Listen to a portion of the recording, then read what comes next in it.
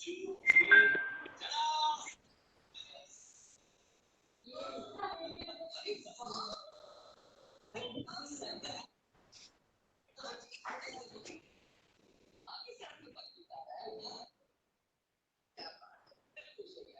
you have to raise the volume.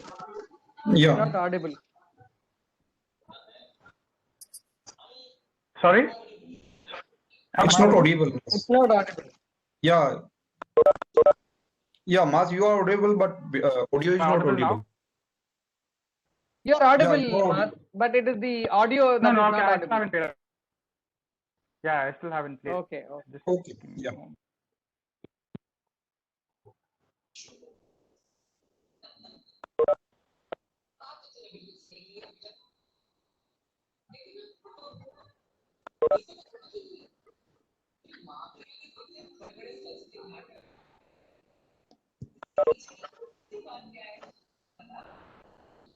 Is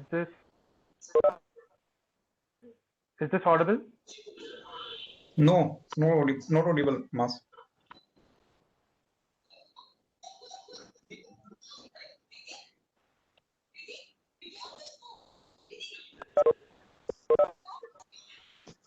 Mas, do you want to try share multimedia and see if it works? For the URL actually. Okay. Share content. Share content. Doing. Share content, and then if you go to optimize for motion, do you see anything? Any option? Can you see the file option? Optimize. If you scroll down. Share. Now do it. Can you see that file, that audio file? Yeah. Right now. Is it audible now? No, not audible. Not audible, Mas. It is audible now.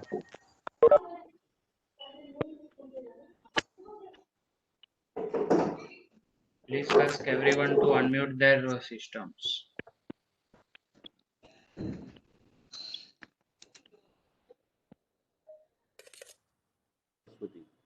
Money requires Vidya. Money reduces by spending, whereas Vidya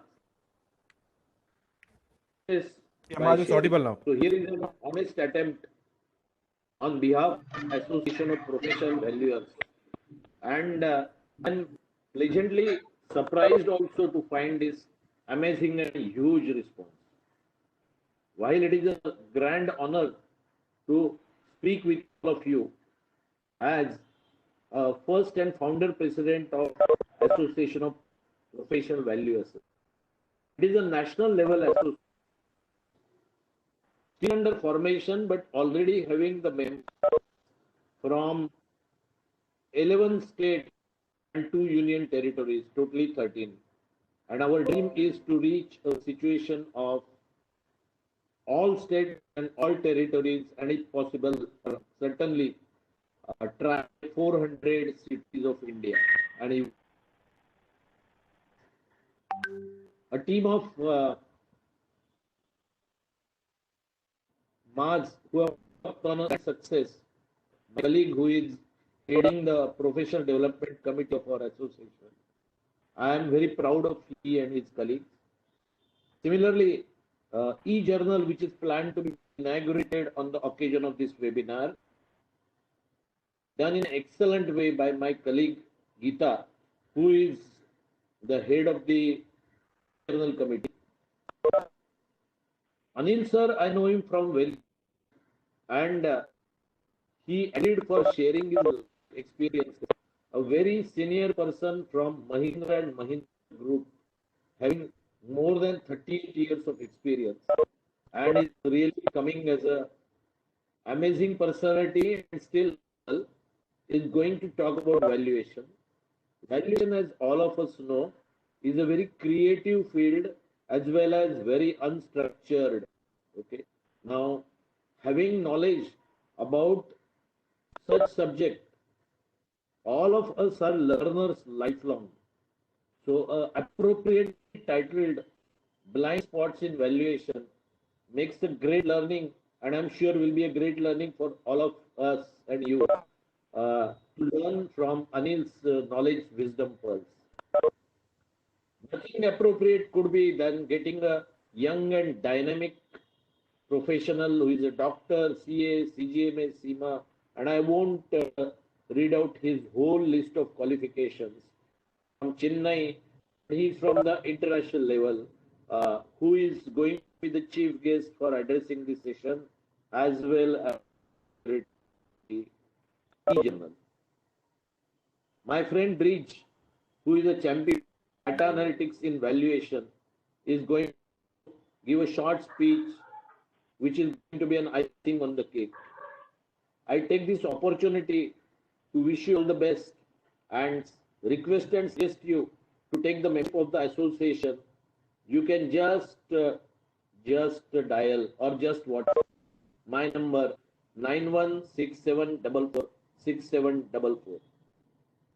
Valuers from all walks of life, whether financial assets or land and building or plant and machinery or actuarial or any other person interested in the valuation profession, is welcome to join as a member of this association and take advantage of a very important thing I want to share with you here as a president, that me and our association have pledged that we will be acting only and solely and primarily in national interest. Okay. There could be sometimes situations where the valuer's interest versus national interest situations can arise, but first we will take care of national interest. Having said that, the type of the discussion which is going to take place, I am sure will be of highest. I thank all the people who have also read articles have been written by the very high calibered people like Patodia ji, Nidhi Surekha, T.R. Ravindran sir, and all others. Goal Association, as I said, is not only hold the webinars, journals, website, but also mainly to suggest to Ministry of Corporate Affairs and Ministry of Finance, as well as IBB, the various suggestions on the draft proposed Valuation Act, which is going to form Valuation Standards Committee. And we are working upon giving very detailed suggestions, standard by standard, to ensure that those suggestions are considered and appropriately incorporated in the value standards for India, which are expected to be in convergence with the global standards. Now, the first webinar was blessed and inaugurated by nothing other than Dr. Naurang Saini, the whole time board member of IBBI, and we are proud of it. And this fact that our society is going to play a major contribution and make a mark in the national interest on the valuation profession was acknowledged by him. With this small chat, myself, Ram Mohan Bhave, first and founder president of Association of Professional Valuers under probation, my colleague Sudha Bhushan, vice president, honorary secretary Geeta Sridhar, and treasurer Tra sir, we all welcome you to this webinar, Maha webinar I would call it, to grab the knowledge. I wish all of you to enjoy the learnings and also register for the next webinar, which is going to be on 13th of March, same time, on startup valuation by another very senior and knowledgeable faculty and a dynamic faculty. I again wish you all the best and welcome you to join as a member of our society. Thanks and best wishes.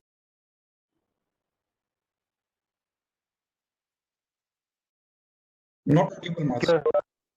Thank you for listening. And we wanted Ram Mohan Bhave to first introduce the chief guest for today. So, which again he has obliged to do, and I would shortly be sharing that introduction as well. Just give me a moment.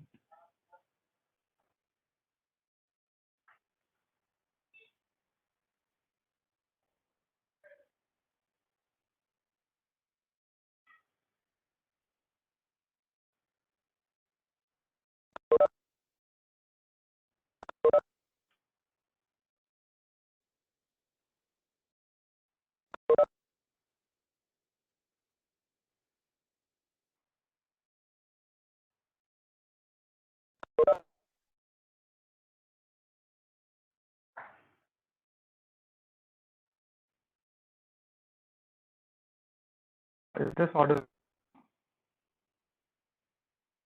Yeah, audible, Mas. Yes. Now I turn to introduction of our chief guest, Dr. C.A. Abhishek Murali. Honestly, I won't be able to do justice about his introduction in 2 minutes allotted for this. He holds degrees of CA, CMA, CGMA, CIMA, CISA, DISA, and many other qualifications.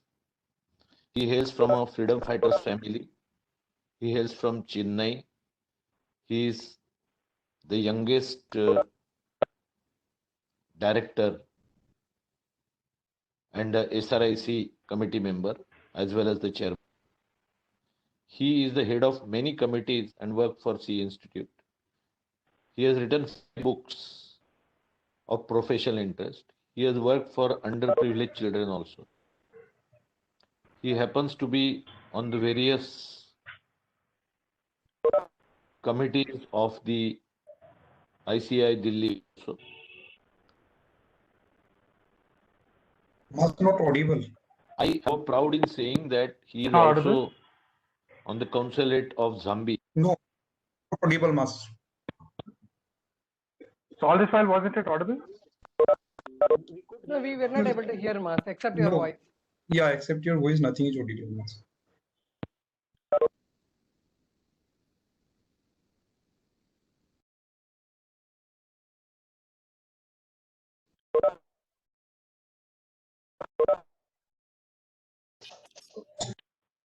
Vaz, in case of technical difficulty, maybe you would like to read it out. We would have allowed to get it from Mr. Bhaveri, but still. Okay. Right. Last time. Is this Introduction of audible now? our chief guest, Dr. C.A. Yeah, it's Abhishek audible. Murali. Yeah. Honestly, I won't be able to do justice about his introduction in 2 minutes allotted for this. He holds degrees of CA, CMA, CGMA, CIMA, CISA, DISA, and many other qualifications. He hails from a freedom fighters family. He hails from Chennai. He is the youngest director and a SRIC committee member, as well as the chairman. He is the head of many committees and worked for C Institute. He has written 5 books of professional interest. He has for underprivileged children also. He happens to be on the various committees of the ICI Delhi also. I am proud in saying that he is also on the consulate of Zambia. He has the honor of giving 1500 webinars and 5 lakh viewers. He is an expert in taxation, valuation, mergers, acquisitions. I would say that we have got a gem of a person and has been a member of Rotarian of Next Gen. He has been kind enough to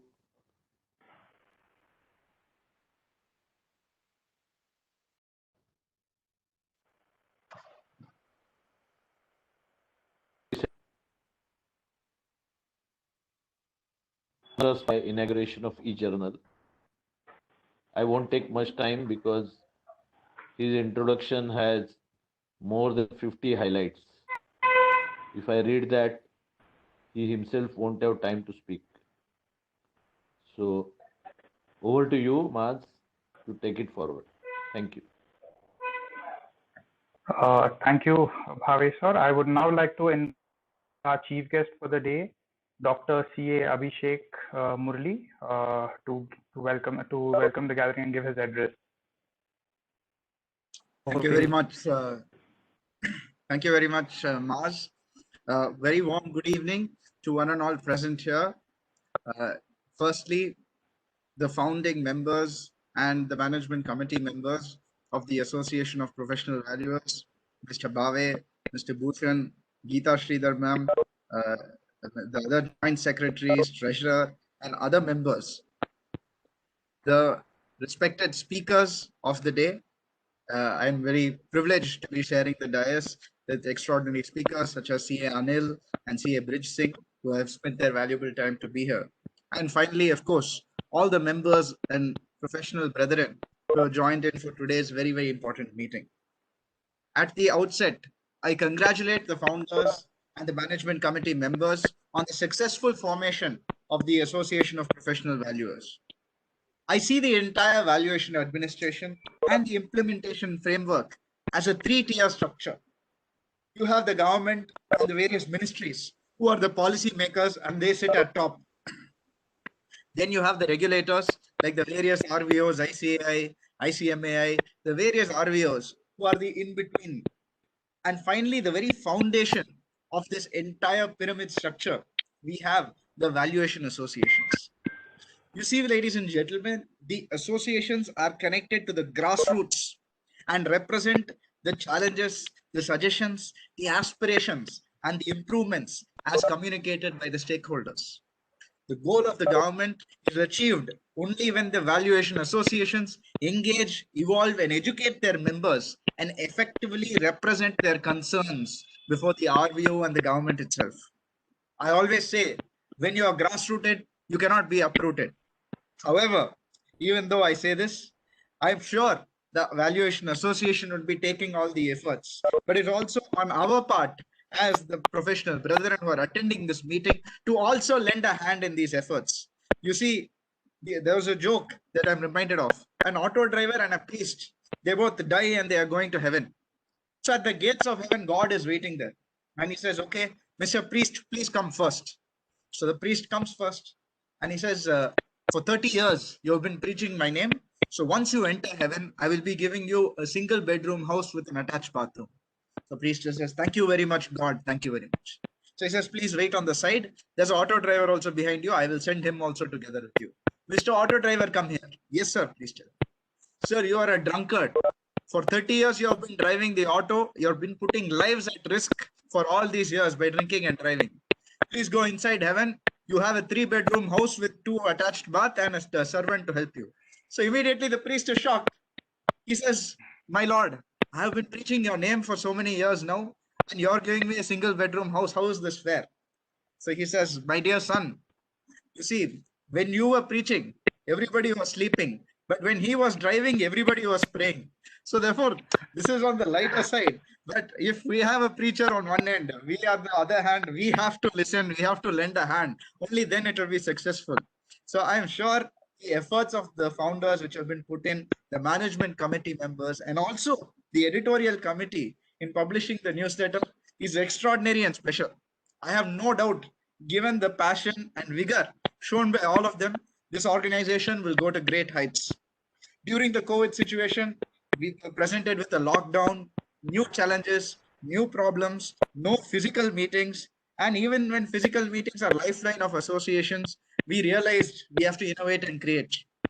Innovation and planning is very, very important. Similarly, the world of valuation also is changing very, very fast. Organizations are changing. Models of business are changing. Even the way financial accounting is done is completely transformed at a rate unmatched in history. Whenever I read AS 30, 31, 32, each time I feel like I have to go and study again because I keep getting confused. I say the Uber, is the world's largest taxi company. They own no vehicles. Facebook is the most popular media owner and they create no content. Alibaba is the most valuable retailer. They have no inventory. Airbnb is the world's largest accommodation provider. They own no real estate. There is a significant rise in intangibles. Critical assets of the company have moved from the company headquarters to international jurisdiction that keep jumping year on year. There is a rise in data room based valuation and due diligence. Ladies and gentlemen, we are in a revolutionary era of business and technology. And with exponential growth comes exponential challenges. It is important for us to keep updated and to keep up to date with things. Albert Einstein said, life is like riding a bicycle.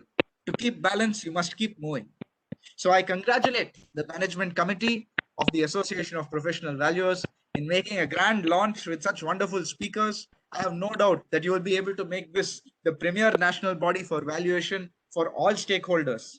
And in the end, I must especially thank all the members and the viewers of the program and the various attendees of this seminar. So you are the lifeline and the support system, and you will ensure that the organization will go on to achieve their very lofty goals. I always say it is better to get a stiff neck from aiming too high than to get a hunchback from aiming too low.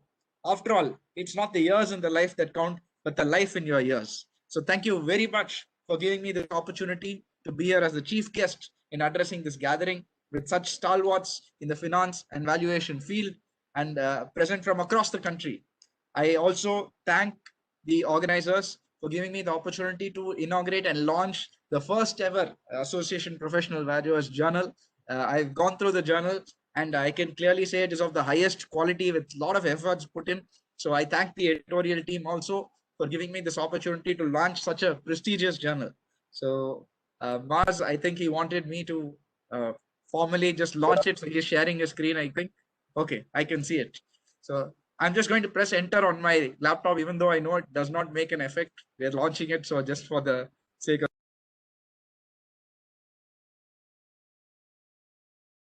when I pressed enter, I got muted, unfortunately. So I formally launch the Journal of the Association of Professional Valuers. Thank you very much all for a patient listening and giving me this opportunity. Over to the organizers.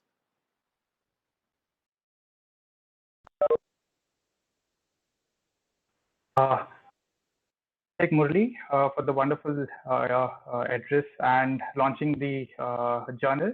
I would now like to invite the secretary and head of the journal committee, C.A. Sridhar, Geeta Sridhar ma'am, to give a formal vote of thanks to our chief guest.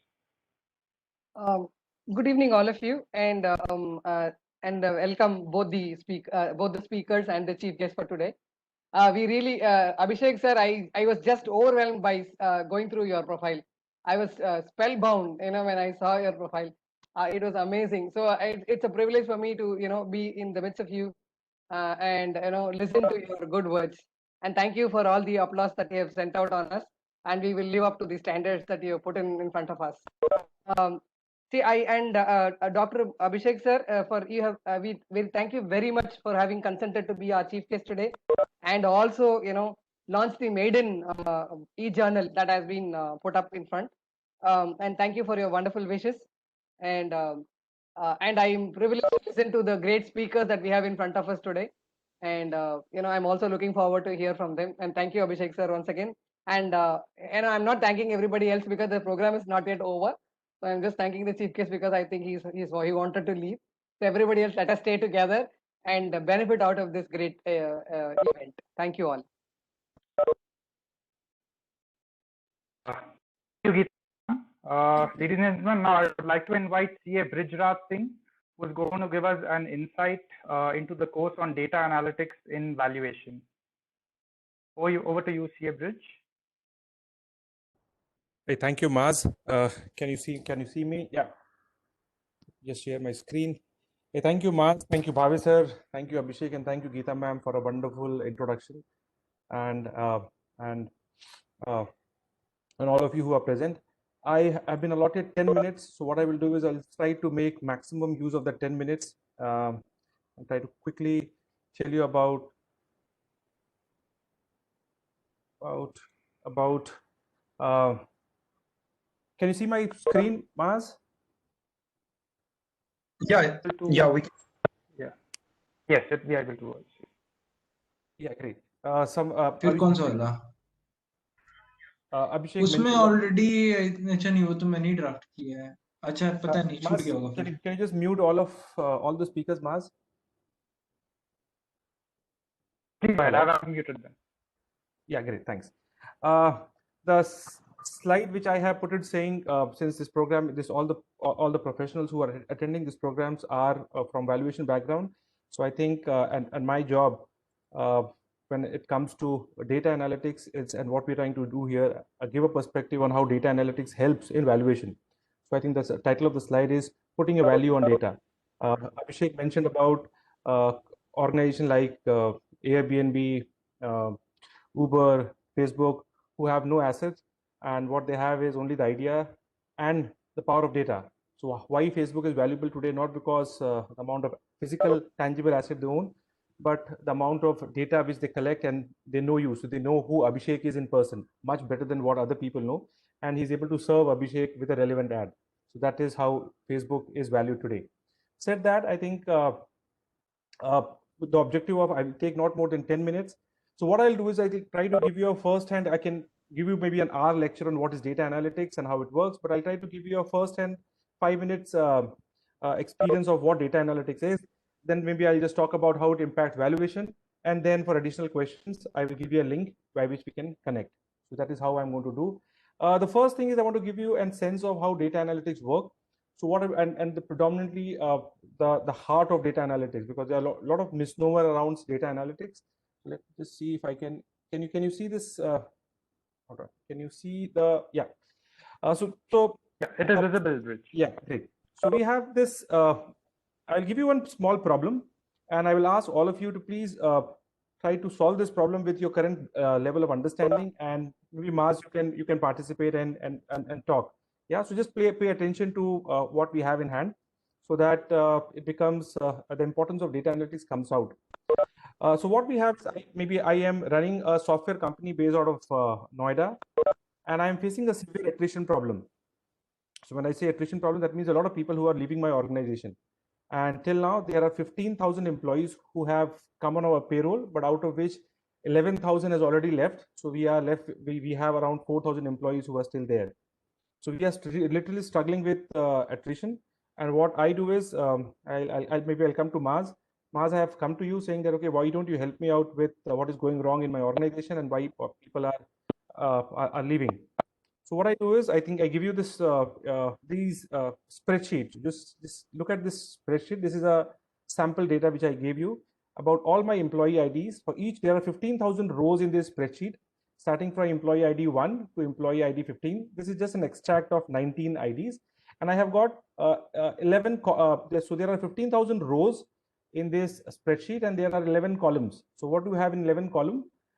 Is the first is this, the satisfaction levels, whatever the last time when the survey was done.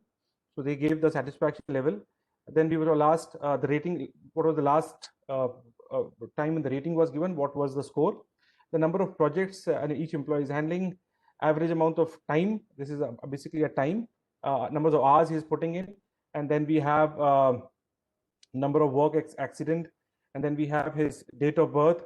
We have when was the last time he got promoted. We have in which department he is working, and we have his salary in terms of high, medium, low, and whether he's there in the organization or not. So if he has left, it is 1. If it is still present, it's 0. So this data is given to you, and it's also visual. And we have mentioned here, this is what this all information is given to you. So what analysis you will do, Maz? Probably you might have to do a VLOOKUP, HLOOKUP, figure out what is the satisfaction level. Yeah. Right.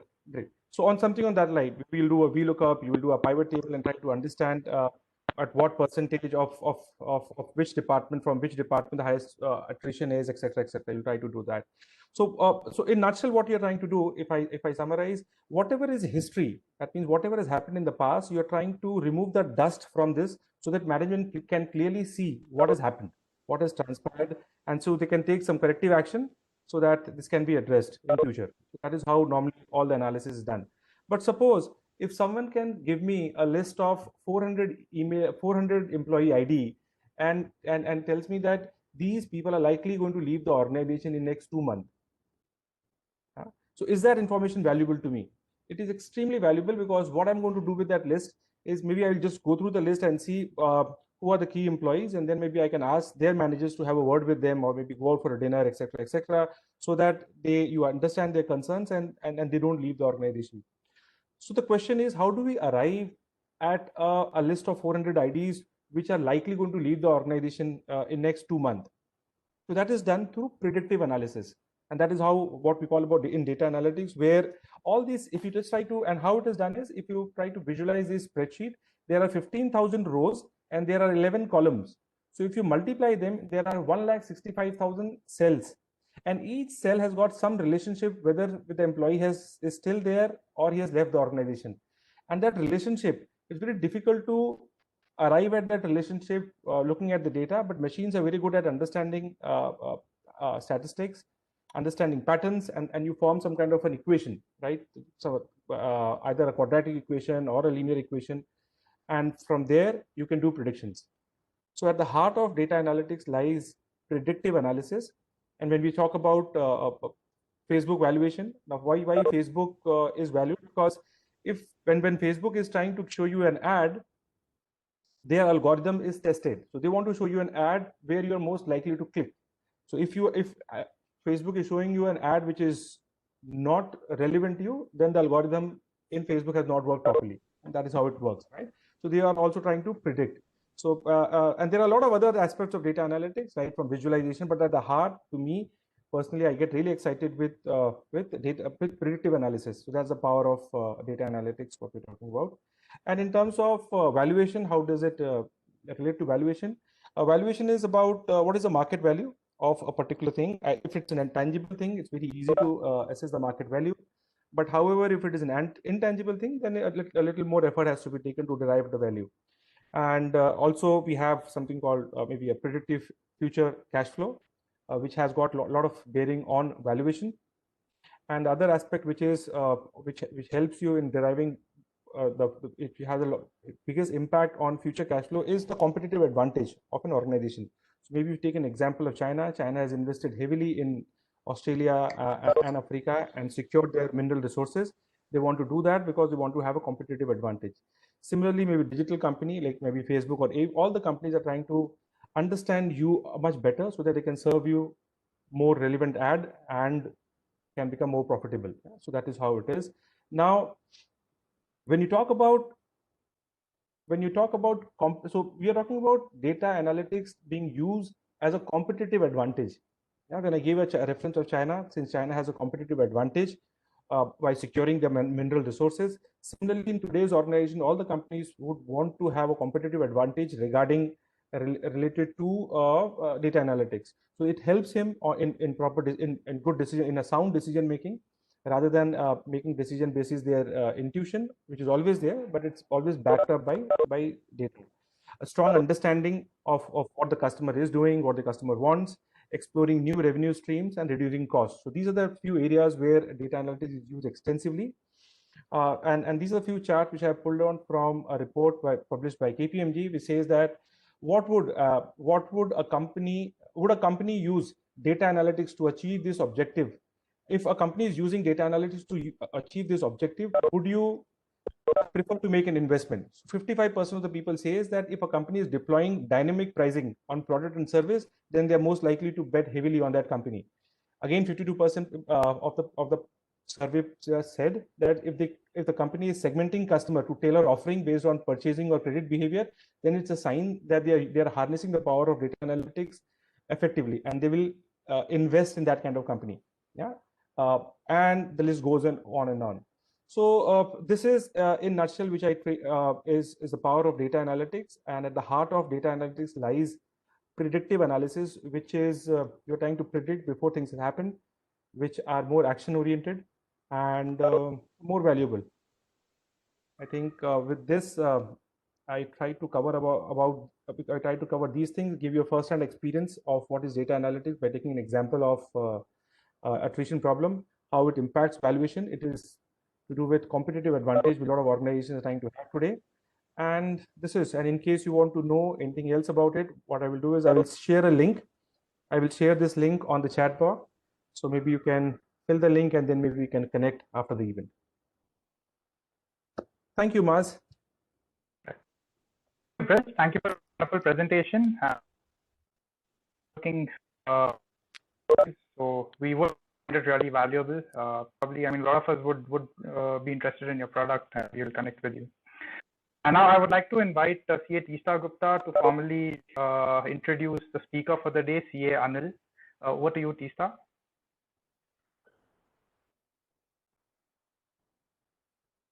Mute, please unmute yourself. You are not audible. Yeah.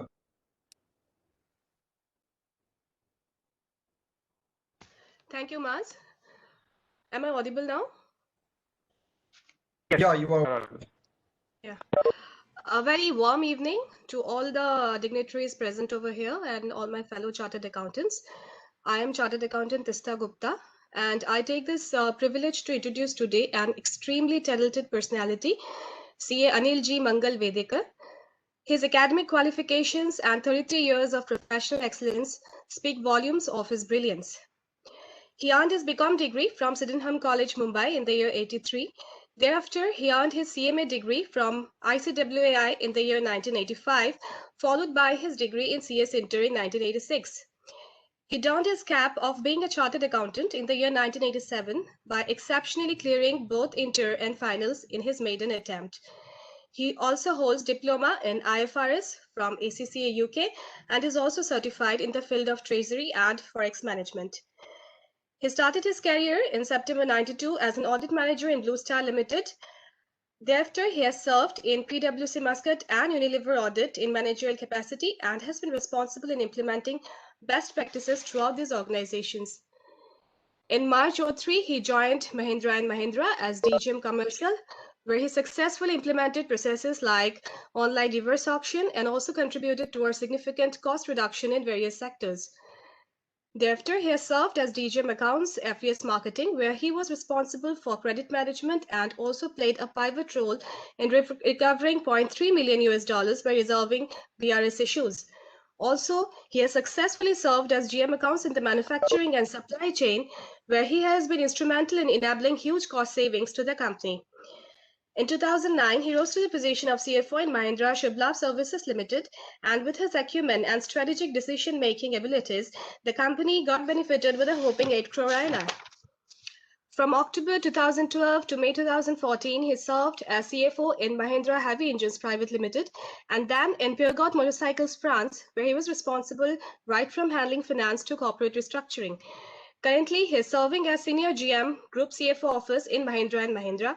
He is exceptionally competent in key fields like profit center operations, post-merger and acquisition integration, trade finance, credit control, auditing, and statutory compliances.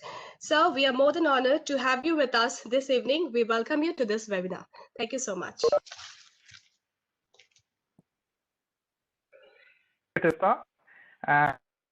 Much ado, ladies and gentlemen, I would welcome CA Anil, and over to you, sir, for the presentation for the day. Yeah. Thank you, everyone. Thanks particularly to Mr. Babe, Management Committee, and the entire audience for sparing Sunday evening. I'm quite humbled by the invitation as well as by introduction. I'm not, I don't think I'm that great or something like that. Everybody is. I think what we can do is we can straight go to the presentation if it is okay for everyone. Is that okay? Yeah, it's okay. Yeah.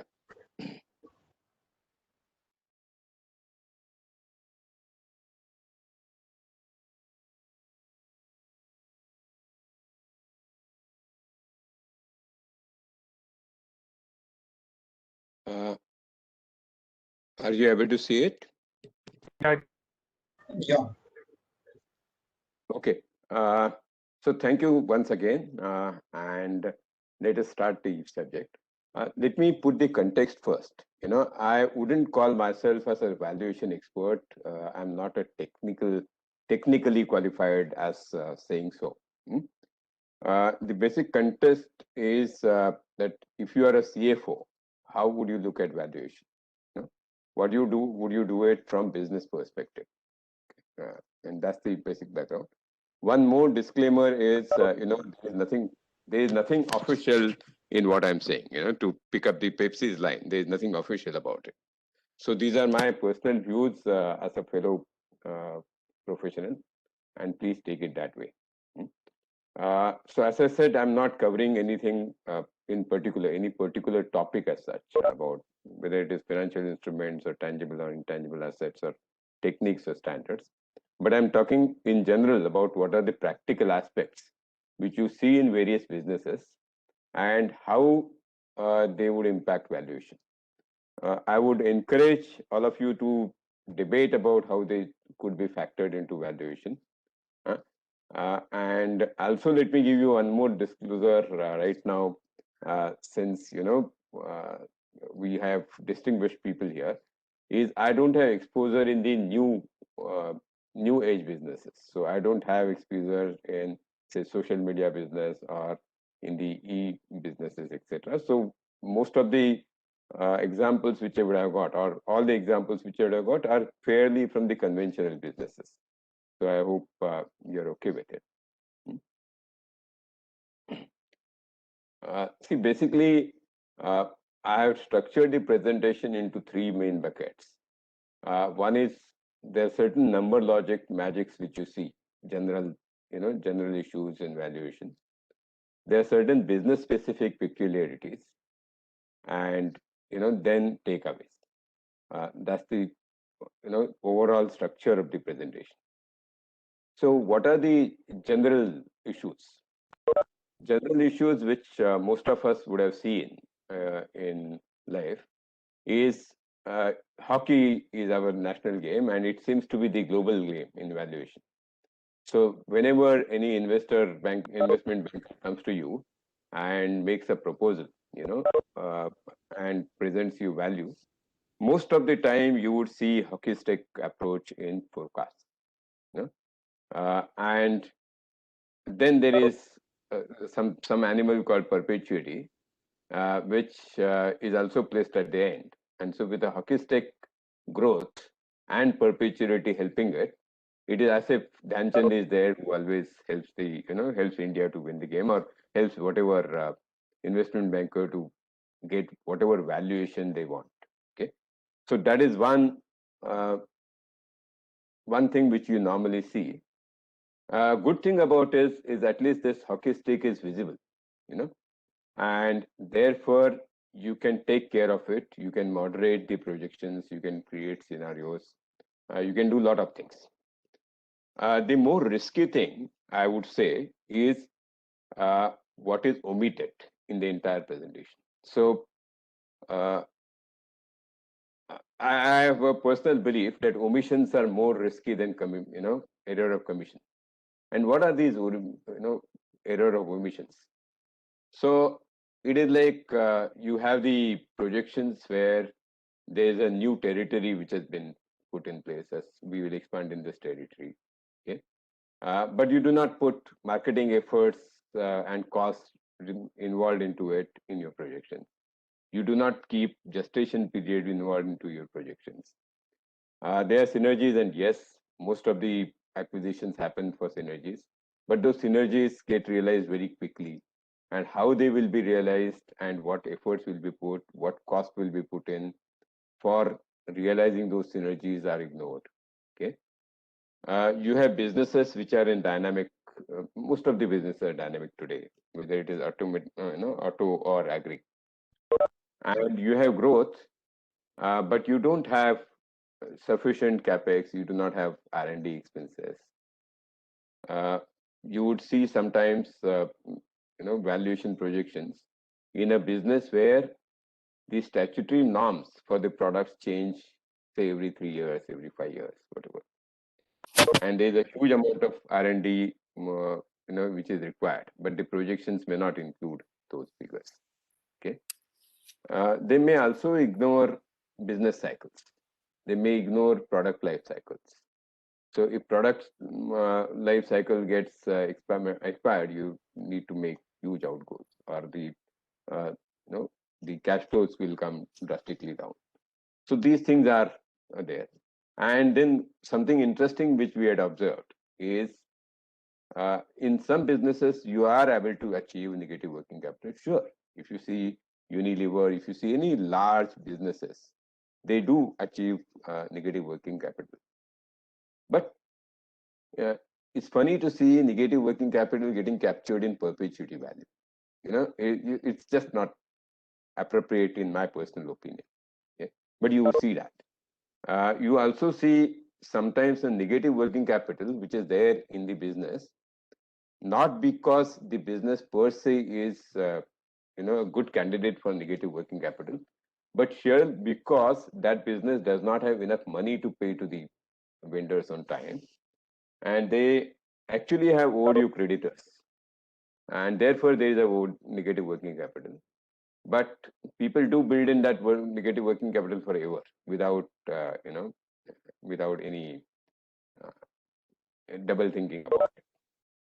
Okay, so there are a lot of cases where people create gold out of thin air.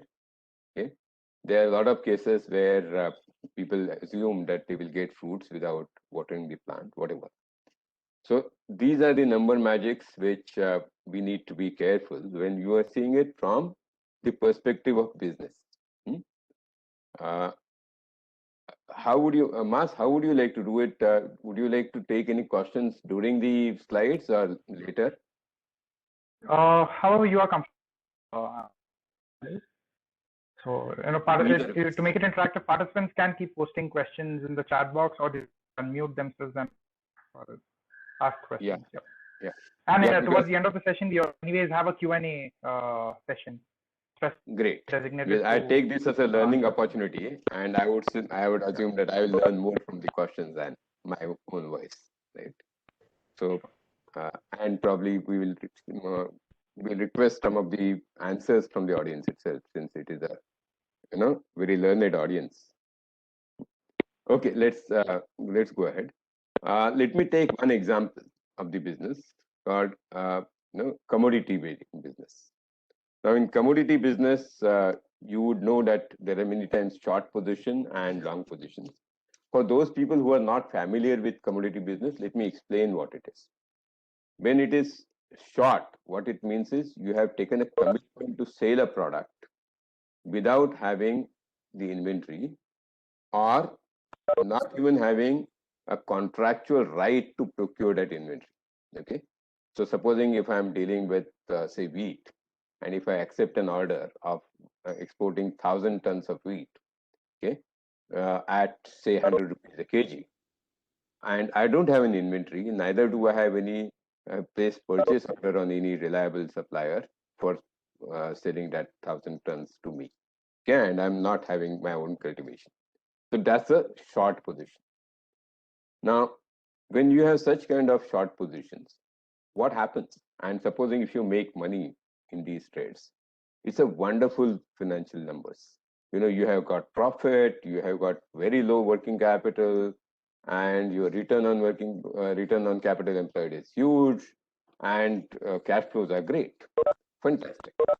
Now, a typical valuation sheet will give you a great result if you just extrapolate it. But we need to be careful.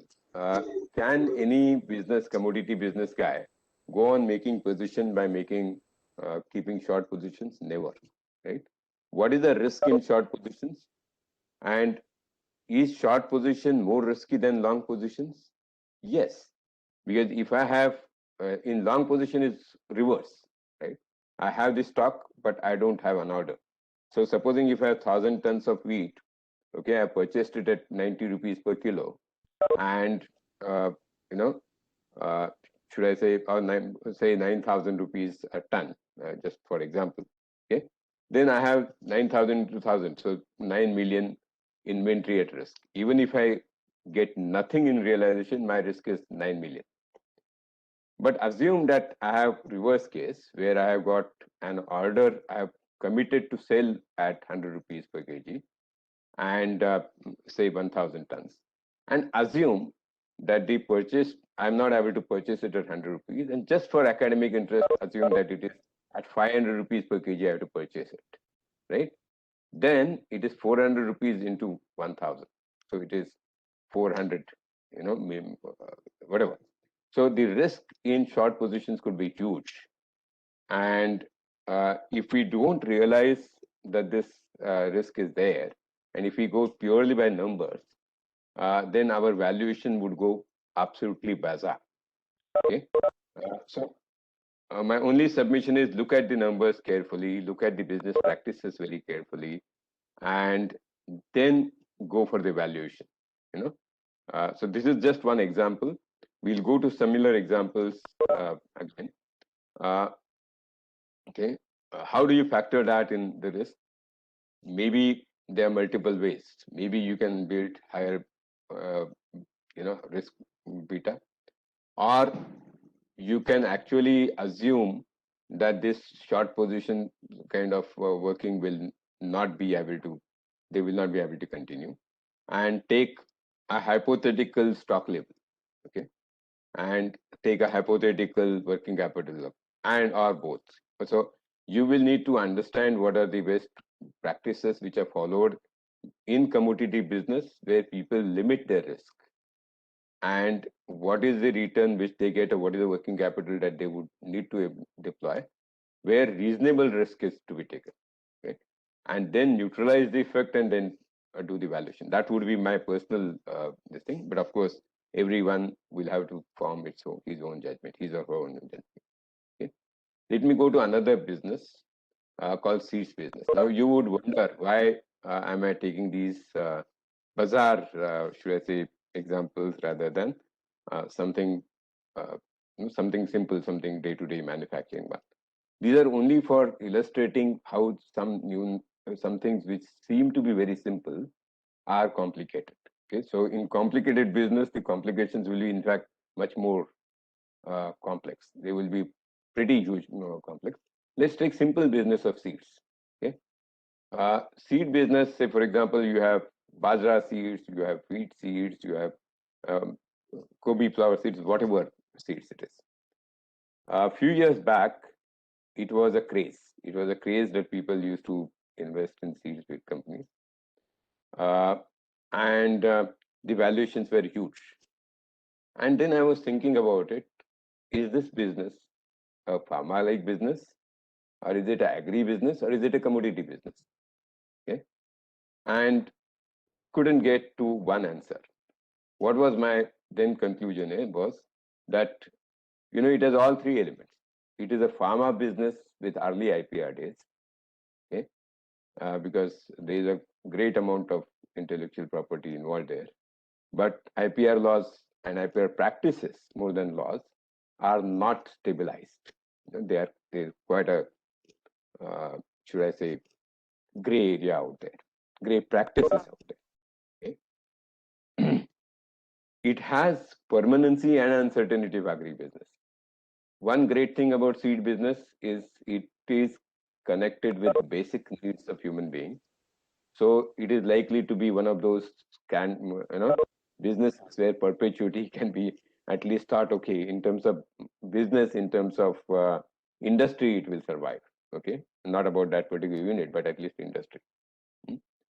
But it also has uncertainty of agribusiness because it is subject to all vagaries of agri.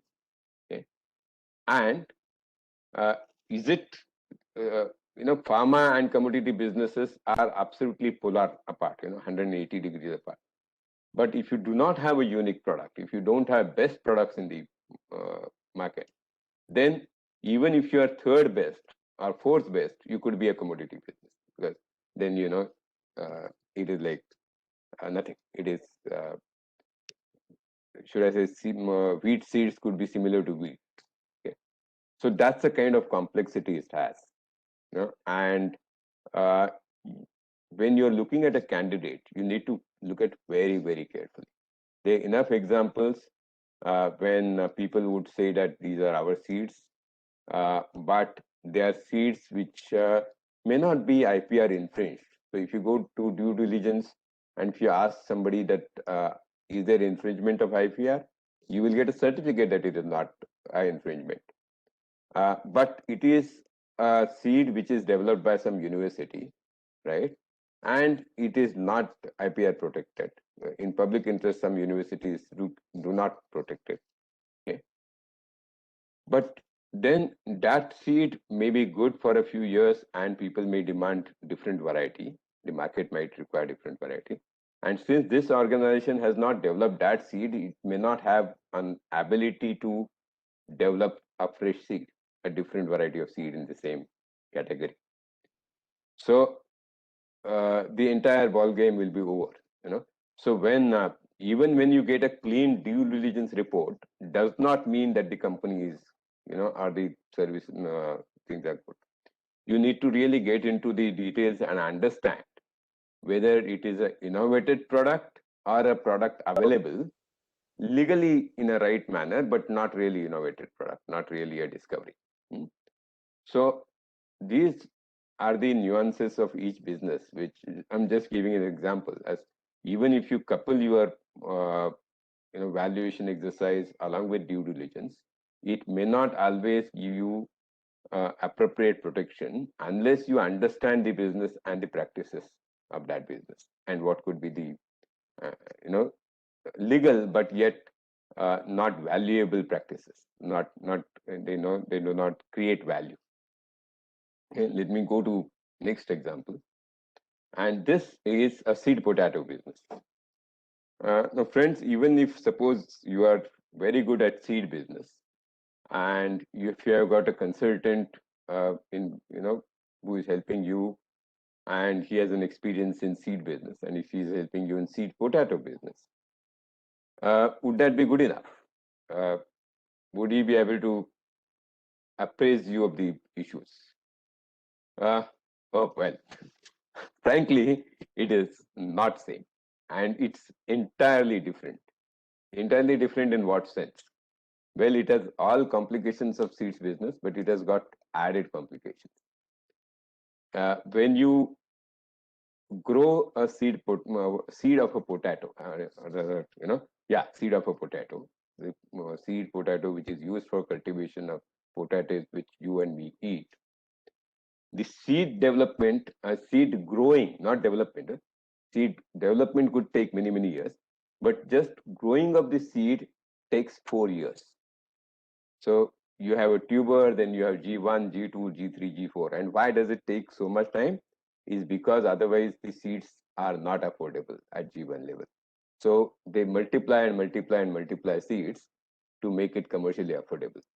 So a seed potato takes 4 years to grow. Okay, and when it takes 4 years to grow, you can imagine it is as if even Mahindra, I am today actually manufacturing a car and going to sell it after 4 years. After 4 years, the consumer's taste might change. Even in potato business, the customer's needs might change, market dynamics may change.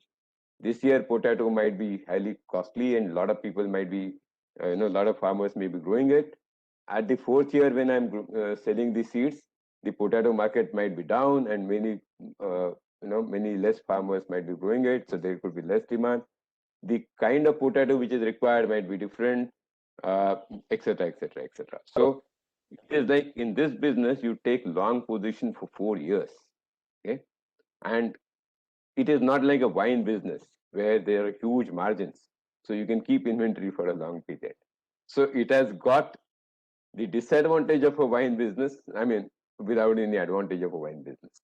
Okay, is it a B2B business? Is it a B2C business? Should we consider that as a, and what are the complications? Well, all of you must have heard about this Pepsi case where IPR issue was discussed, and therefore Pepsi became very famous. Pepsi's seed potato became very famous. So what is B2B is when, for example, McDonald's or Pepsi, they want particular kind of potato because it is good for their products, whether it is for creating a burger or whether it is for creating chips. They require different kind of potatoes. And because they want it from the farmers, they would ask you to grow a particular kind of potato, and they will have some contract farming relations with farmers. That kind of business could be more stable, right? But it will have much lower margins. B2C, on the other hand, would be much unstable business, but has a potential of higher saving, should I say, profit, but much more unstable. So if somebody is into B2C business, and if he shows you profitability which he has achieved in 2-3 years, and then he says he's going to grow huge because he's going to have collaborations with X and Y and Z, and then he extrapolates that profitability to B2B business, it is just not going to be possible. Okay. This business also has a huge geographic concentration, okay, and therefore the geographic risks. Okay. So just to illustrate you what kind of complexities could be there, even in an absolute conventional, absolute low technology business. Okay. Let me go to next one, fruit export. Okay, and here let me, before showing, instead of going to the slide, let me create a story. See, we were looking at some kind of situation where, hypothetically, let's take this hypothetical situation. Supposing if you are into a fruit export, and there's some investment banker which comes to you saying that XYZ company, say for example, CAFO, wants to acquire your business because they want to grow, they want to acquire fruit from India. You are an aggregator and exporter of fruit. And let's take that fruit to be one which gets typically exported in February, March. It gets shipped. Okay. And you are thinking about giving them, okay, you have some understanding, and you say, okay, now we are sharing the financial data. Okay. Typically, like any other Indian company, you have accounts which get closed on 31st March. So you have past financials as on 31st March year end. You also have future projections.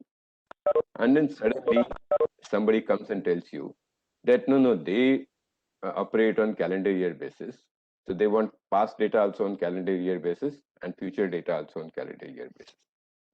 Would you be happy? Would you be unhappy? Any responses from audience?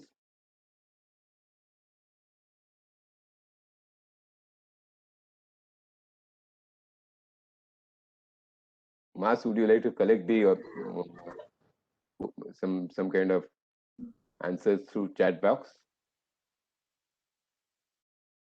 You are a tailor. Question again, sir. On it now, but Yeah, you are trying to sell a fruit export business. These fruits are typically exported in February, March. Okay, they are shipped. Exported means shipped in February, March. Okay, and you have your financials as at March end for last few years. You also have projections for next few years, and you are about to share these projections with a potential buyer. Okay, and then potential buyers, investment banker comes to you and says, no, they don't want March end numbers. They want past numbers also for calendar year and future numbers also for calendar year. Okay. Would you be happy to rework and give calendar year wise numbers, or would you rather say that we have our financial years number wise numbers ready, so please take those numbers? What would be the general reaction? Financial number, sir. Financial year number.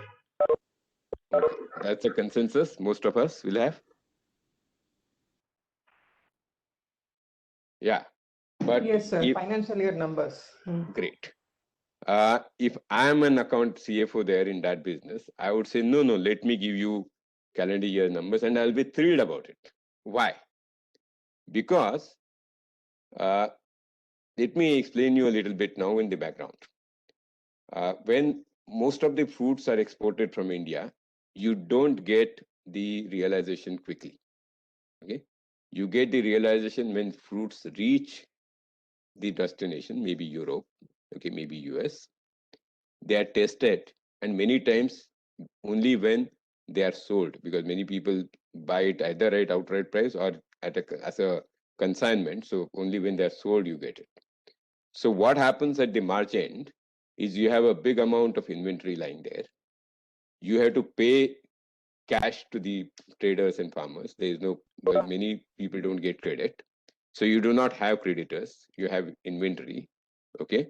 And you are not, of course, you will have profit of the last year, but not of the current year, because you have not realized and you don't know exactly what is the value, okay? So you have inventory at cost in the books, okay?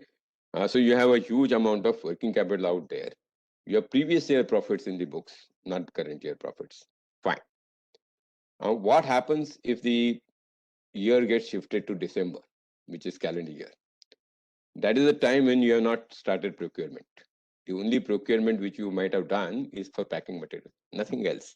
Because fruits grow, as I told you, fruits get shipped in February, March, means they also get, they get harvested in February, March, because only fresh fruits are exported, even if they are, kind of exported in a climate controlled ships. So you don't have inventory, okay? And you, of course, have your past year's profit, because that would remain same. But because you don't have your inventory, your entire PAT is your cash surplus. Whereas in March, you have past year's profit, but current year's increase in working capital. And that working capital as at March end is virtually full year's working capital.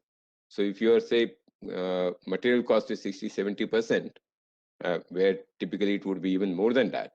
So just to give an example, supposing if you have a business of in first year 1 million, 10 lakh rupees sale, and supposing if you make, say, 10% profit, so you will have 1 lakh rupees profit. Next year you have 10% growth, you have, the revenue grows to 11 lakhs, right? But the inventory will go up from 70 lakhs to 7 lakhs to 7,70,000. So 70,000 is your increase in inventory and increase in working capital. If the PAT is, say, 10%, which is not realized in fruit business, okay, then out of 1 lakh rupees, 70,000 goes in working capital. So your cash surplus is only 30,000 for FC financial cash flow, okay? Whereas if it is December, your last year 1 lakh rupees profit is there, there is no working capital increase. So entire thing becomes cash surplus. Now, this example will tell you what happens in seasonal business, right? Seasonal businesses typically have this issue of working capital at the balance sheet date versus peak working capital.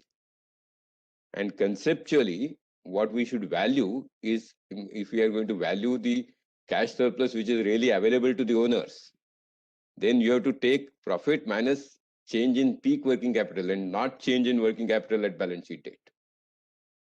Okay? As a pragmatic person, as a real, shrewd investor, I'm not a well-read person, but I've not seen this, being taught in our schools, in our profession. I'm saying that in seasonal businesses, ideally you should take profit minus change in peak working capital. Okay, not change in working capital as at the balance sheet dates.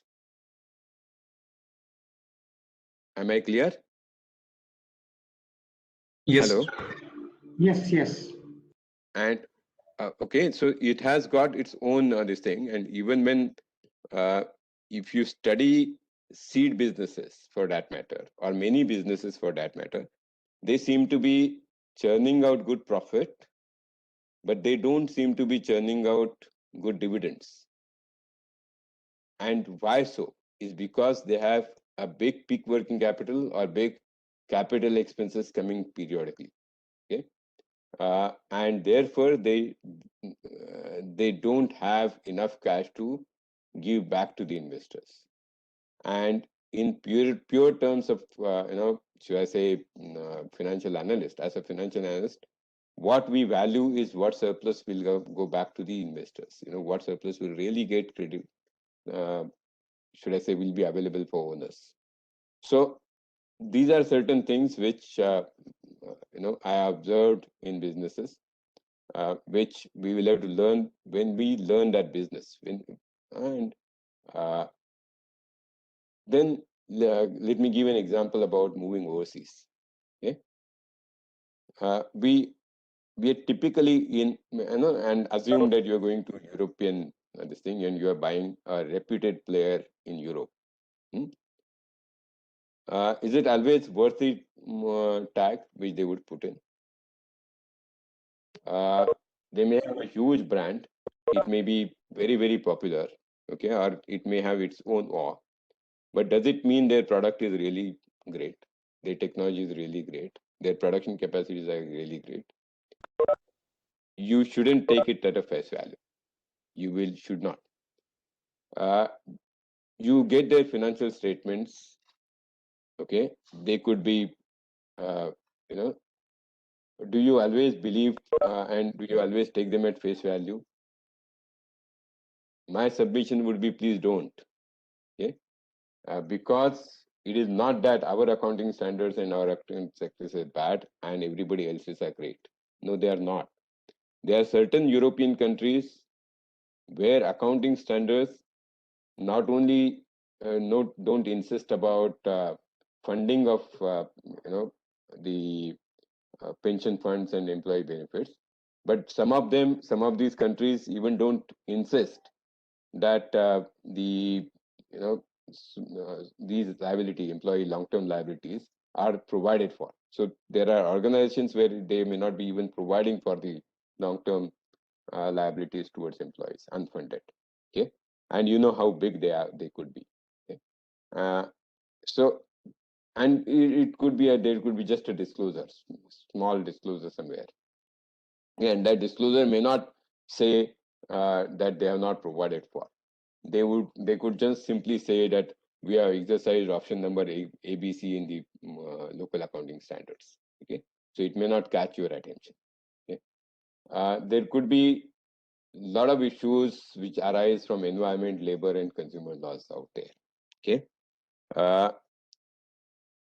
in some of these countries, it is such a situation that you may see nice buildings out there and you would say, okay, this is a surplus building and I could use it for XYZ. This is idle asset. So let me add it back to add it further from DCF value of running business. And when you say, okay, let me try and sell this particular property, sell this building, you will realize that if you try to sell the building, you will get virtually zero value or maybe even negative value. For a stupid reason, in India, we will think that is stupid because the building has asbestos roof. Okay, and if you have a building which has got asbestos roof, and if you try to dismantle it for selling of land, or if you try to sell it, the penalties are huge because if you are using it for production purpose and if you are using it for donkey's years, they tolerate. But if you are selling it, or if you are vacating it, or if you're dismantling it, there are huge penalties. Okay, and they do that for protecting their employment. They don't mind some employment getting created with old assets, but when it is for different use, there's a big cost. Okay, which we may not know. Documentation. Many of these European or US players are very shrewd in documentation. So if you see M&A deals in India, you have data room, and you still say to the acquired company that if there are XYZ things which you need to bring to our notice, you will give a huge checklist to them. You will say you need to give this in disclosure later. And merely providing the huge amount of data in the data room or huge amount of record in the data room is not adequate. Okay, you need to bring out these issues explicitly in the disclaimer later. Okay, if you go to Europe or US, they will simply not agree. They will simply not agree to start the negotiation with you if you have that condition. So And they will say this is not a local practice, and the labor law cost here is huge. If I have to search the record and give it to you, instead in India you have very talented people, reasonable cost. So why don't you look at my data room? I've placed all the records out there, and you see it, and whatever observations you want, we will discuss it. Okay, and they will be very nice while talking to you on this, right? You might get said, okay, perfectly fine. Let us save transaction cost. And then you could have unknown things out there, because all said and done, we are not too familiar and too demanding. We do not see page by page of all documents. And even if we see, we will not understand the significance of it. For example, there could be some disclosure about some safety related issues of a particular product, okay, which has not resulted into any major loss. You take over the company and subsequently there is a big loss arising out of that issue. You go and say that this is a past issue, I want to claim this amount.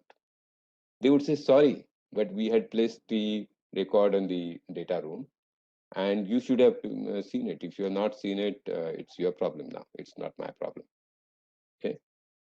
So we need to know the local risk. We need to see what are the documents which we need to very carefully see. And, you need to also make up your mind, because a lot of these, except a couple of countries in Europe, everybody is having all the records in their local languages. So do you want to spend entire lot of money in translation, or you want to believe, or you want to say that, you give me disclosure later like what you do in India? It's all your negotiation postures which matter. And if you are not taken those tough negotiation postures, and because you cannot translate hundreds of thousands of pages, right? Then how do you factor that in valuation if you have taken such risks? I have not found an answer. Okay, I simply don't have an answer. But these are the things which you need to bear in mind when you are looking at the proposal and proposed valuation. Okay, let me then come to the concluding slide. And the way I would put it is, one of my seniors said it very nicely. What happens in mergers acquisitions cases, especially when you are trying to acquire something, you need that particular asset or that particular business because it is strategically important for you. There are not too many candidates available, right? There are few available. Top management is eager to get that particular asset, get that particular business in your fold. So what happens is, while you think that you are chasing, right? You are chasing that particular deer or that particular animal. The thrill of chase is so large, so big, so enthralling that it actually blinds the hunter, right? And then you can imagine what could happen. Okay, the investment bankers, if you see their engagement letters, their, apologies to investment banker community if they are out here. Their scope and their liabilities are limited. So how much do you do blind faith? We don't know. Okay. The next question is, whenever we are talking about synergies or whenever we are talking about we will run the business better, okay, the question is, what will make me to run the business better? Am I more competent? Okay. Or do I need to earn that competency? If I have to earn that competency, then I have to spend time in learning curve. I have to invest in people. That means I might have to even get people on a much higher compensation, etc., etc. So all that, they don't believe in magic. Think about what is required, to make that business successful. Then again, going back to what I said, omissions are more dangerous than errors of commission.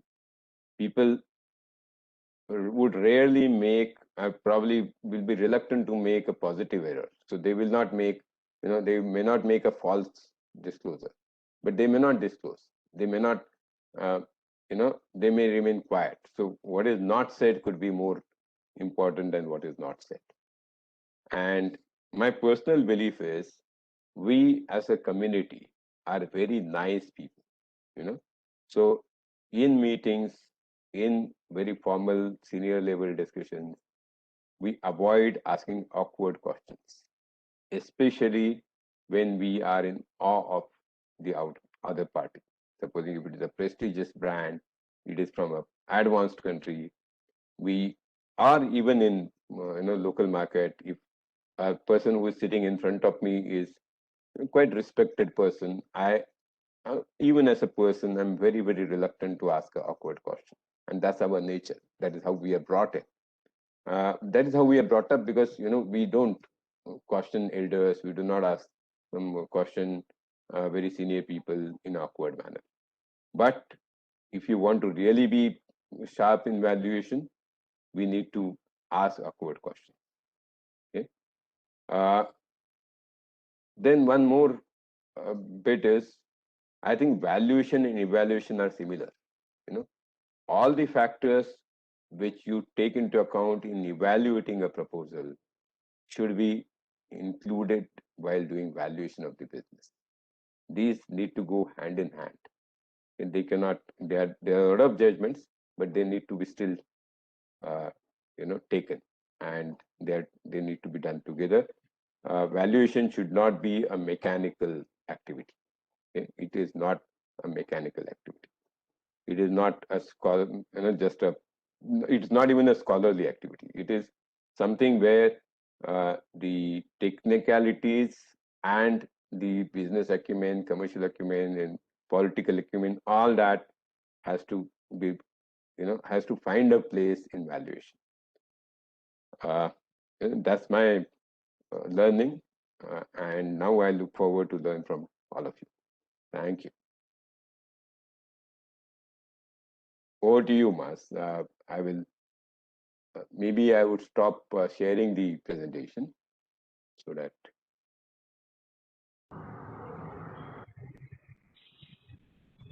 Hello, sir. Can you hear me, sir? Yes, please. Yeah, I am K. Parameshwar Nair, a valuer of SFA from Cochin. Nice presentation. Hello. Mas, can you help me in stopping the from the association? Pardon me, sir? Can you help me in stopping the presentation? I'm not able to do that. Right? Oh, no. To go I to thought, the top of the screen and stop sharing the screen. Yeah, one second. Scroll on top of the screen to on stop. Just give me.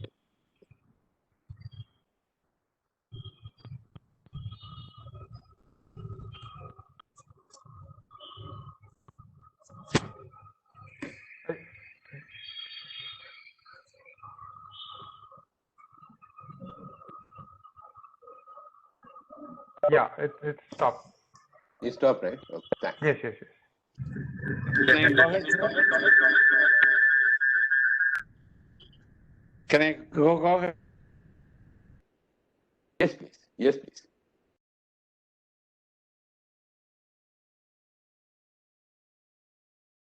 Please go ahead.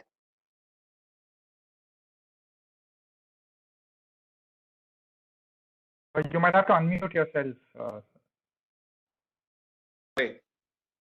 Yeah, sir, regarding the 2-3 important points I noted from your speech is that one, the financial statement, either on financial year basis or on calendar year basis. Sir, if we analyze as a valuer for the last 2, 3 or 5 years, what differences it makes? Except for the current year, if we consider only the current year, naturally it will have a big impact or maybe a reasonable impact. One. Did you get my point? Yeah, Second. Finish off, then I will respond. Second point regarding that that documentation very important, because from Spain or from various countries with Japan or from China, we cannot understand the language. We may have to rely on the consultants whom they are doing. But you are saying their liability is restricted. Can you suggest a solution for that, sir? These are the two important points. All the more, it is very true that if we agree until the date of takeover, it is the liability of the seller. Thereafter, it is the buyer. Okay, let the buyer beware always. That's all, sir. To you, please. Right. Okay. Let me go to first question. It's not a question of current year, I mean calendar year or financial year. I gave that example just to illustrate how the seasonal businesses could have, very different characteristics. Okay. Yes. And how the balance sheets may not really, balance sheet and cash flows may not really reflect the reality of the business. Because what happens is, if you have a fast growing business, and if that business has the working capital requirements which are significant, okay, and if it is a seasonal business, then what you actually need to take into account is movement in peak working capital. That peak working capital may happen at the financial year end. It may happen at any period. It could happen in October. It could happen in March. It could happen anywhere. So what is really surplus available for you is cash profit minus delta in peak working capital, not delta in working capital as on balance sheet date, right? And that's apart from working capital needs and apart from valuation, it also impacts your business planning. Because if you are an entity which is not, which does not have huge cash with you to support that particular acquisition, and if you have acquired an entity which gallops working capital, and if you don't realize it by looking at balance sheet date, because fortunately, unfortunately, that balance sheet date is a period when the working capital is low, but actually working capital is high in some other period, then you have a big complications coming when you actually implement the plan, right? And unfortunately, what I have noticed is, I don't think any financial literature, addresses this issue of peak working capital. Sir, that I mean, with a humble submission, I may not agree to that point. If you read the sanction letters of the bank or the studies or evaluate the business, you will understand there are seasonalities, and according to the seasonalities, working capital will vary, and bankers and finances or buyers will be considered for that also. For example, sugarcane, or any such the bajra or any other seeds, even rice or anything, any agri commodities, which is a seasonal product. So during the season, the working capital will definitely vary, and in most of the document, to the best of my knowledge and experience, it is reflecting in their documents, sir. Please. I agree. I completely agree with you. The financial industry takes into account. I'm saying as valuation people, we rely only on balance sheet numbers. Okay, and Sir, balance sheet. the valuer should We do not first understand the business, evaluate, then value. That was the only point. It was not about calendar year or financial year. That was only given as an example. Okay. No, over a period of time, it is a compensating issue. No, it doesn't. It doesn't. Cannot be reflected except if you consider only a particular point. Anyway, that's all my submission and suggestion. Okay. Now, second point of yours is about, what happens when you are going, what is the solution? Solution is to give an exhaustive list to the potential buyer, potential seller, and ask him to give a positive assurance. And if a positive assurance is not given, that he, then you should not allow him to give, to take shelter against the rims of documents which are there in the data center. Okay. Yeah. So that shelter, if you give him, you take a big risk, and somehow we may not we may not be vigilant at that point of time. Because we are in a hurry. Yeah, at the same time, can we take this protection under this covered ICAI standards, or this using the expert? Suppose if I am the SFA valuer and I am taking the opinion of the experts like land and building, plant and machinery, and I am relying on that, still I am responsible. Still, so how much protection we can take for this? Because this issue of documentation and the terms in the data center is a huge responsibility if you are accepting, in my opinion. So how to protect it by some insurance coverage or something like that? Okay. Very good question. Very good question. Sorry. Yeah, sorry. Very good question, which I won't be able to answer because I am not on your side. You know, I have not done valuation and I have not given any expert opinion on valuation. But my perspective, that's why I said my perspective is how, if you are a CFO, how you look at valuation. Okay. As a valuation expert, maybe your engagement letter itself, you could limit your liabilities. Okay. Yeah. That's the solution. But as a business person, there is no, you don't have that liberty, right?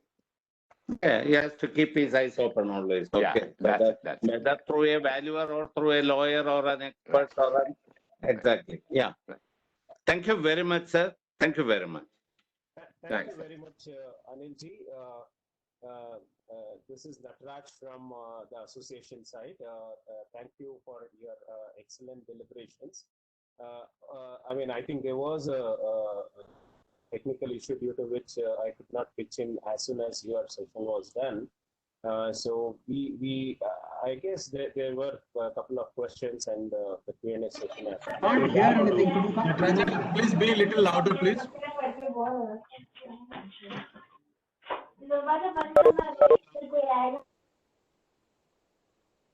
Can you hear me now? Your voice is not loud, Nataraj.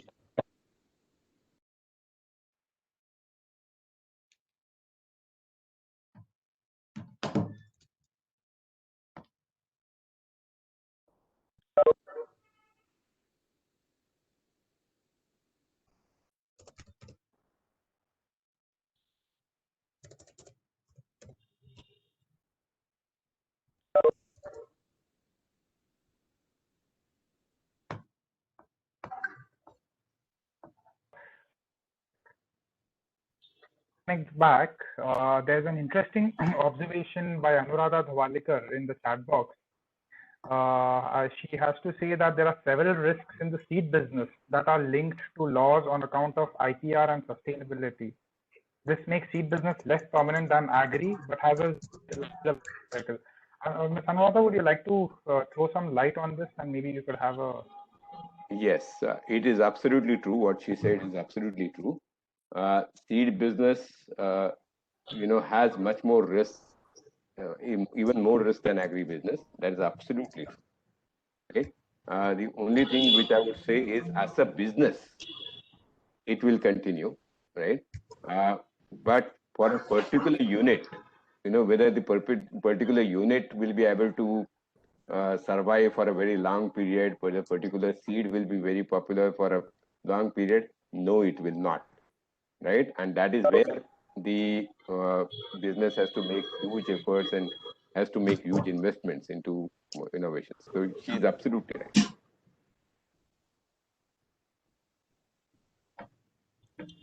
So this is Nataraj here. Can you hear me now? Yeah, now your voice is clear. Yeah. Okay. So if we could move to, there is a question from Ravichandran Ramadas. So what to do when the target person in foreign country refuses to let a due diligence to be done on technology to be purchased and its utility? I guess I have no choice, as faced a similar situation. Anilji, would you have this answer to question? Ravichandran, do you want to speak up on this question?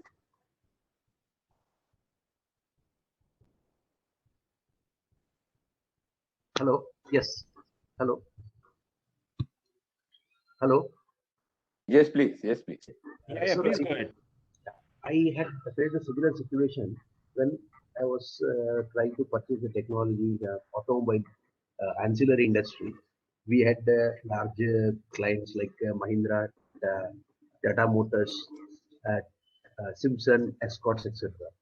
The other party refused to allow it, and he told me, Ravi, if you bring any other person, then I'm off this. This deal is not through.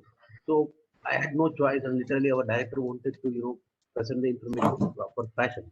So he says, don't create anything which will put the deal off. Therefore, I had to, you know, carefully hedge the bets and then go on negotiating with him, and finally we went along with the merchant banker from Bombay, and then he helped us close that. But we could not go more in this technology valuation. Ultimately, we paid about 400,000 euros for that. Outlook is not very clear. This type of situations find it a bit difficult on valuation. We had also thought of engaging ENY and others, but then it was a non-starter, so we had to go for a straight negotiation and close it. Yeah. Actually, I would say you are just echoing what I said. There are organizations which are very tough on negotiations, and should I say, strategy people or owners could be quite bullish and quite be insistent on the target. So that's what I mean by, should I say, thrill of a chess. Okay, blinds the hunter. Now, sometimes you could be very safe. Okay, if you're safe, you're lucky. Yes, sir. Yes, sir. Right? I think that's how it happened actually. The deal went through anyway. Yeah. But afterwards, if you're safe in all aspects, if you get what you paid for, you're lucky. Yeah, I mean, I think that's yes. I think I have no choice. Yes. Thank you. Yeah.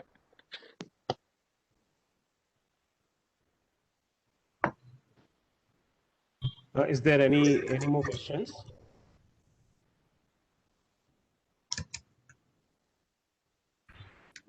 Okay, Anil sir, I just have an observation, and probably if you could throw some light on that. You were talking about the seasonal business, so I just want to understand, in seasonal business, how is employment managed? I mean, are we hiring the contract employees during that season? How is the capacity utilization done during the non-season and non-peaks? So, just from the academic perspective, I just want to understand how does this work?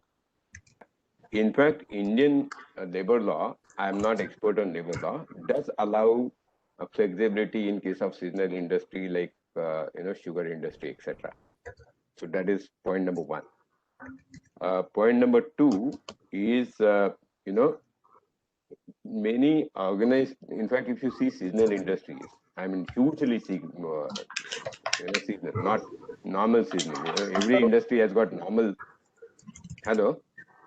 Every industry has some seasonality, seasonal logistics, but hugely seasonal businesses are, very peculiar. It is like sugar industry, or it is like I said, cultivation. If you are cultivating in a single season, only monsoon or only rabi crop, okay? Those kind of really seasonal industry. In fact, in India, if you observe, organized sector is reluctant to get into there, and precisely because of these issues. Okay, but yes, Indian labor law does allow flexibility, and most businesses manage with flexible employment. So people are employed for part of the year, not for the full year, and they are not paid when the large part of it, at least direct labor, is not paid when the job is not there. Indirect employment, of course, indirect administration, HR, accounts, etc., are paid for full year, but otherwise, the seasonality is taken care of largely. Thanks a lot, sir. There is a question from Anuradha. So her question is, sir, can you explain? Can you share an experience with international arbitration? So that's the question from. No, unfortunately, I don't have. I don't have experience in international arbitration. Okay, that's fine. Yeah, but it would be very tough. It would be a tough, experience. That I'm sure. I think Nataraja, we should request the people to ask question only related to valuation, not to any other field.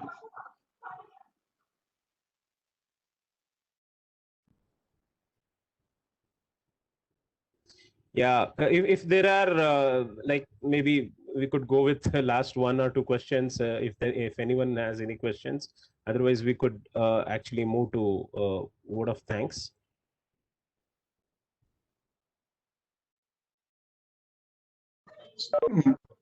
I have, sir, one questions.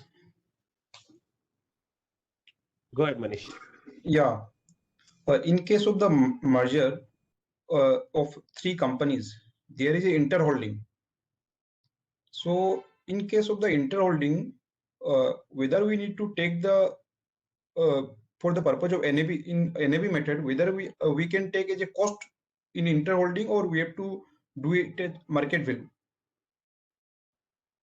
I did not get your question. Suppose A, B, C 3 companies are there, sir. A invest in B, B invest in C, and C also invest in B also. Now, for the purpose of merger, if the company is not having a profit, we are going by NAV method. Then, in case of the NAV, can we take the investment as a cost, or we have to go? We have to determine the market figure, fair market value, sir. Investment figure. Okay. I'm trying to answer something where I said I'm not a technical expert, and I would request the management committee, hosts or anybody else to either correct me or supplement me. I think when you are doing valuation, we have to look at market value or the DCF value, etc. I don't think book value has any place in valuation. But if the company is not having, sir, profit, sir. Even then, that's my opinion. But I would request others to join in. Maybe I am not correct. You can join. Anybody else can join in. Manish, depending on the situation of the company, so if it is not making profits, that might as well call for realized value or net realizable value. So I think your question is valid, but it needs to go through further analysis on the situation based on the growth situation and other things.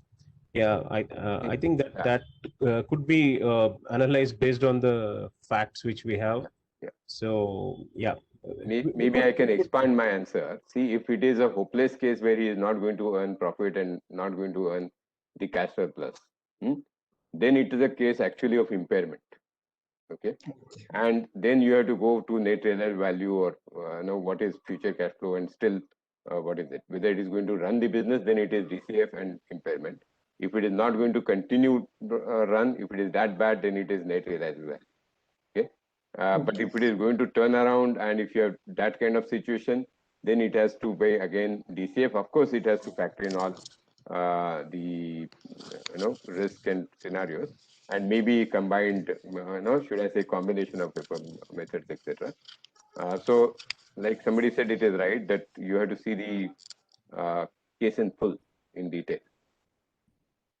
Okay, sir. Thank you.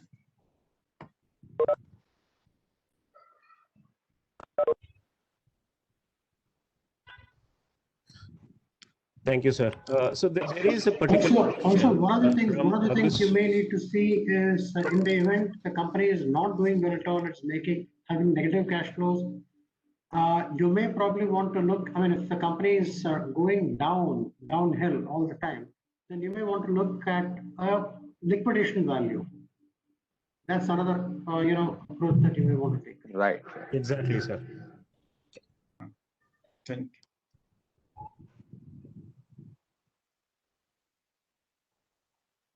But whichever method we take, that we'll have to use one of the 3 methods of valuation. One is asset based, the other is income based, and the third is market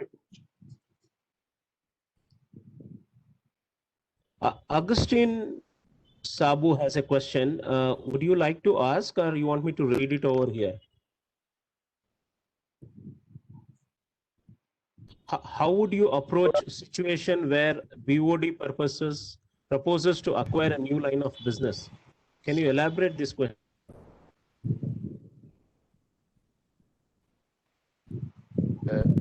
Sorry, I didn't get you.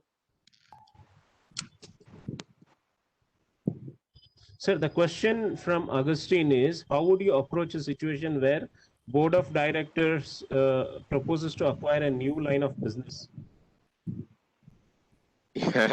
Okay, I think the essence of my submission was that your valuation could be reliable only if you understand that business. Okay, if you don't understand the business, you have two choices. One is just depend on expert opinion, okay, and negotiate. Okay, and that's the only choice. But I would say that you need to understand the business at least somewhat, and at least you need to have inquisitiveness to ask right questions. So you need to understand the business sufficiently enough to at least ask inquisitive questions, right? Don't be scared of asking awkward questions. Don't be scared of feeling, say somebody is saying you are asking stupid question. Doesn't matter. If you're protecting value, you need to scratch the surface. That's all I would say. Can I speak? Hello. Hello. Nataraja, there is one more question by our Aditi Mittal. Just, I think you have to help her. Yeah. Yeah, Aditi. Aditi, you want to go ahead, please? Yeah, my question is that, when we are valuing private limited companies, specifically startups, for the DCF approach, the growth rate is taken too high initially because that is how they show their projections. And then how do we stabilize that growth rate for future, because we need to take it for the terminal value. You hit the nail absolutely on the spot, right? I'm a conservative person. I'm an accountant, okay, by nature. Okay? I don't believe that any business has a potential of huge growth rate for permanently. No business, because the technology will change, the entry barriers will collapse, lots of things will happen. But at the same time, you are right that for startup, the growth could remain high for not 4 years, 5 years, but maybe 10 years. So, one needs to actually understand what are the should I say, factors which will give the growth. What are the factors which will prohibit competition coming in, or what is a competitive advantage? Whether for how long period that competitive advantage will remain, either to that business or to that entity. And that question is most difficult to answer, most difficult to judge, but that question has to be asked, and only up to that period you have to take whatever growth, and that growth will go up and down. And then subsequently, for perpetuity, my personal opinion is it can never be very high for any business. Okay, that's my feeling. When you see valuations today, I don't think the fraternity accepts that, but that is okay.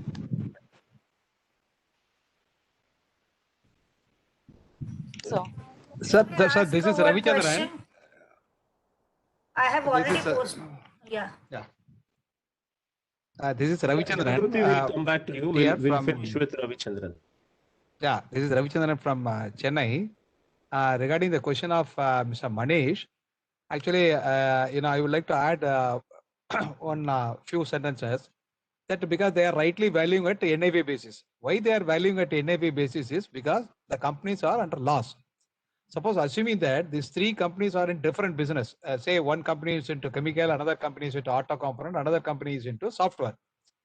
Now, these three, why they are valuing at NAV? Because there is a loss. So there is no point in going for either income basis or market based approach. So it is only the asset based approach which they are rightly doing it actually. So there is no question of DCF method or anything. It is only that NAV method which they are already doing it what is right actually. Calculate the share value of each company under NAV method. then you go for merger. That's the right approach actually. That's the ratio you have to adopt. Yeah. Sorry, this valuation is for what purpose are you saying? Speaking about The valuation is for merger. That's what you are saying. Mergers. okay, okay, fine, I understood. Okay. So each company you calculate the value per share under NAV method, then go for merger. And when you are That's the saying ratio. merger, it is internal merger. It is not. Yeah, it's internal. Yeah, it's a not. Yeah, it's an internal merger. Okay, okay. Then I stand corrected. In that case, sum of parts method will not apply, sir. Excellent. We'll take one last question from Jagruti. Jagruti, you had a question. Can you please go ahead? Yeah, so my question was that a private limited company having a jewelry business, and now it is valuing its business, however, the business is going down. So under the income tax rules, you generally have to adopt Rule 11 UA valuation where you take in the market value of all the assets which are held. However, the business is going down. Can you adopt the DCF method wherein the valuation will be quite lesser than the NAV method? Again, I would request one of the attendees to correct me.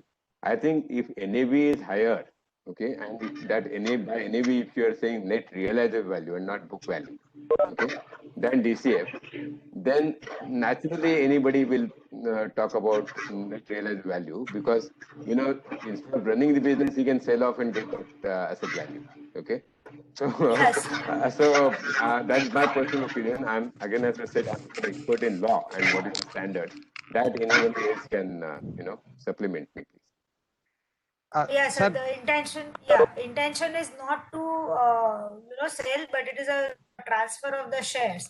Nothing else is an intention, and therefore they want to have a fair value where the assets inventory is huge and everything is not sellable. I would request one of the participants to address. It's a technical question. I don't have it. Yeah, this is Ravichandran again. Actually, to answer Jagruti's question, in case of where there is a, the DCF method shows a lower value. That's what I understand actually. Then if the assets are more, then the normal practice is you will take the higher of the two. See, assuming that suppose you have a big building in say Andheri in Bombay. I'm just giving an example, okay, which is worth of say 10 crore. Okay, the business is not doing well, but then if you do the business is not doing well, but then if you do the after DCF method, you get a value of say 6 crore. I'm just giving an example. Okay, so you get 6 crore, but whereas the property worth in Andheri is 10 crore. So definitely when you transfer the value, it will be higher of the two. I just told this example. Yeah. Generally, if you are adopting two methods and if one method is giving a higher value, you will take the highest value in the case of where there is a, the company is not doing well or anything. That's the reason. Okay. Otherwise, you will have, we take an average? No. See, the weightage you will take it. Weightage you will take it if it is a running company, and then you will give different weightage for different method. That's how we do it actually. Otherwise, if the company is not doing well, if the company is going down from your example, so obviously you will take the book value or NAV method, whatever they say. That's whatever the book value which is higher. Thank you so much. Thanks a lot. We will move forward for vote of thanks from Chalapati Rao. Yeah. Before that, can I say a word, please? Yeah, please, sir. Please. Yeah. Let me first of all thank all of you. Yeah, it was a privilege to interact with all of you. And let me also extend warm wishes to everyone, okay, and also to the association. Thank you so much. Thank you, sir. Thank you so much. Thank you, sir. Thank you very much. Chalapati Rao to provide the vote of thanks. Yeah, thank you, Natasha. We should compliment the association because the valuation is taking a new shape here because of the statutory recognition of valuers. So we are all witness for this changes which we are coming, and this type of webinars will definitely go a long way. Profession. In absentia and all the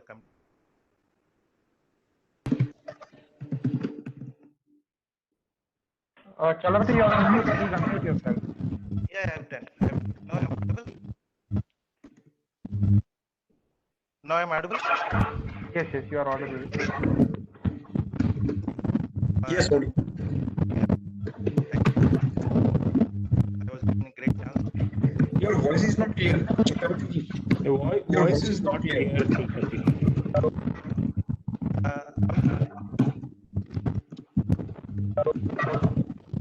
No. You are not audible. Sir. Other participants can unmute themselves, sir. Manish, please mute yourself. There is a background noise. Yeah, now it is okay. That's better now. Yeah. So my wholehearted thanks to first speaker, Mr. Bridge. We all say ABCD. Now ABCD has new relevance here, and artificial intelligence, blockchain, cloud, and then data analytics. So in valuation also we have now this data analytics part, because now we cannot say that we don't know data analytics. Excel we all don't know. So professionals have to play a great role in this data analytics. That is a great thing which has covered by Mr. Bridge. Thank you very much, sir. Then we have Mr. Anil Ji, who has dealt upon right from seed. He gave very good point that unless you plant a tree, you cannot expect the fruit. So this is a great thing, because sometimes we do a lot of things wrong things in projections, and then we expect a great valuation to come. So that point has been well covered. Then data room, what he said, and a lot of questions have also come in that data room part. Then finally, Bollywood cinemas end with title dialogue. So I was going through all his session, and when will this blind thing come? I was keenly listening, and then lastly the blind thing came. Then that gives a concluding great thing. Thank you very much for giving a very good session. I'm audible, no? Thank you, the participants. Thank you for actively participating. Bhave sir was time to time knowing what were the number of registrations there. So he is keen in seeing that this particular webinar reaches the large numbers. Thank you all the participants for making this a great success. Also for our all entire team who have worked a lot for this webinar. Thank you for making this thing happen. Thank you one and all, and have a great balance 4 hours of weekend. Before we continue, could you please tell us how we could become members of MBA? Yeah, I have forgotten somehow that part. First, sir, who are participants are there. This MBA is now called Association of Professional Valuers. This was the initial name conceived. Now it has been it's being formally launched now as Association of Professional Valuers. This is a organization where we have participants from across India. Then our team will get in touch with you, sir, for this registration. Also, we are openly inviting members to write articles for our journal, which is launched today. You would all have witnessed. Also, we are inviting people to participate in the webinars. We have a professional development committee here, which is also part of this webinar. So they will also take up your question, and then they will reach out to you to how to become a member here. Principally, this group tries to reach both valuers' interest and government interest, and protect both the thing. As Bhavesh sir is very clear that this will not float any new RVO. Okay, thank you. Also like to invite speakers for our future webinar. So if anybody is interested, can get in touch with us on the same email ID. Okay, sure. Thank you, everyone. Thank you. Thank you so much. All of you have a nice weekend. Thank you. Thank you. Thank you, Mr. Anil. Thank you, everyone. Thank you. Thanks a lot. Thanks. Bye. We are closing the meeting. Yeah. Bye.